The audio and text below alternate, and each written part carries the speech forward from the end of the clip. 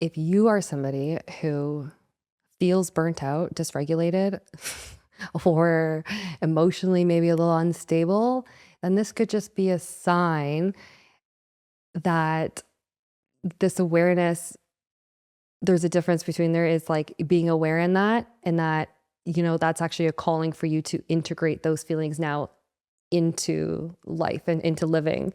I don't know if I'm translating or explaining this clearly.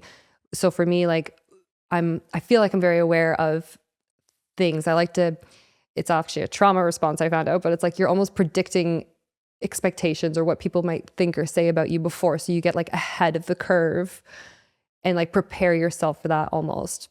I don't know exactly like what I'm trying to say here, but like if you're always preparing and performing and changing yourself, and I'm like learning, I'm like, yep, I'm aware. How do I change it? Yep, I'm aware. How do I improve myself? And I'm like a very cerebral into like cognitive person. So it creates this like gap of space between me knowing what I would like to be like, how I would like to live my life, how I would like to enjoy my days versus like actually experiencing that. So it's like one thing saying something and then it's one thing living it and actually embodying it. And I think that was a huge lesson or kind of connection that I've made for myself over this holiday is realizing that I'm like, I'm very aware, but how do I Get there. be that now, right? Yeah. So what often happens is we create shame when we are sitting within that gap because we don't know how to get from A to B, Right. but we know that we should be there or we want to be there. So why aren't we? So it creates that kind of added layer to let's break that down and work through there. So I kind of feel like this is a very common theme for most women. And a lot of my friends that I'm talking to, like a lot of women online too, is that like, okay, we're all very aware of things that are going on. We're starting to ask questions. We're starting to be more conscious of like, I'm not feeling good. Mm-hmm. Why am I not feeling good? Hence, we start to do more childhood trauma work, inner healing. But it's like, okay, now I know this. I'm doing it, but I still don't know how to embody it and live it. So for me, that's like very much where I am in. I'm in the transition of actually embodying the practice and feeling again in my body, which is hard to do because we don't have much time in the day for that. No. And I think too, you touched on it earlier, is that it's almost like it's one more task on the list.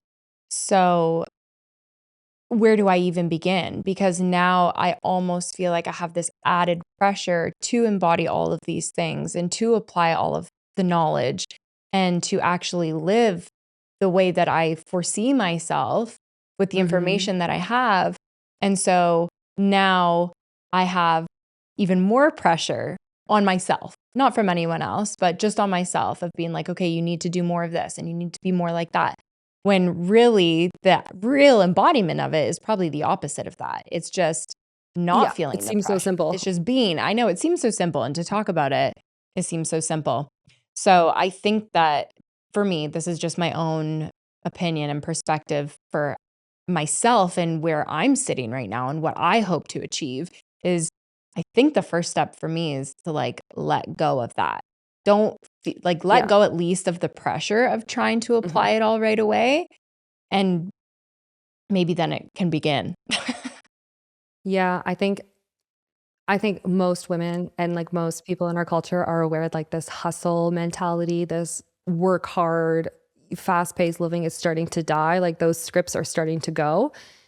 But what the problem is that the new ones of like rest and slowness and nervous system repair, they're so vague that it's like women don't know me, I'm woman, don't know how to optimize kids, work, family, life, events, so and so with that, like you were exactly like you were just saying. So it's like, oh, now I have to do this as well. Almost seen as like an extra task. So it's like it's the art of reducing simultaneous identities, I guess. Yeah. And we talked a lot about identities in our first season of having to be this, all the things at once. Mm-hmm. So how do we reduce that? How do we reduce these roles and identifications and kind of come back to the baseline? So I think that's a really strong, important reflection and question, Brie, is like, how do I do that? And where do I even begin? And how do I not see it as like an added task list per se? which is a great question and something to reflect on. So I don't have an answer for that. Either do I. So anyone out there, if you have an answer, feel free to let us know. Wanna be